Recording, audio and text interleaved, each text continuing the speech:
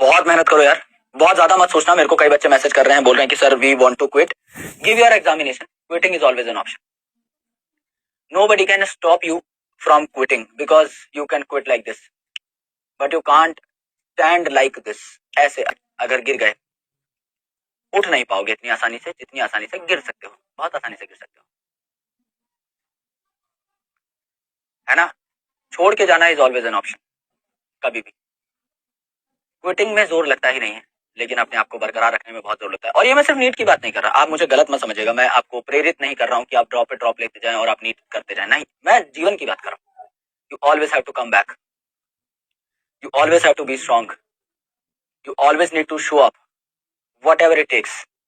आप बीमार हो, आप मर रहे हो, आपको बुखार हो, आपके पैर में दर्द हो, आपके पेट में दर्द हो, you always need to show up because this world is not going to stop anyhow. This world is not going to stop for you.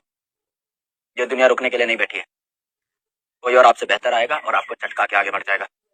If you have a zeal in your mind, if you have a competence, अपने दिमाग में अगर competitiveness लेके बैठे हो, अगर लड़ने का दमखम रखते हो तो लड़ो मेरे भाई।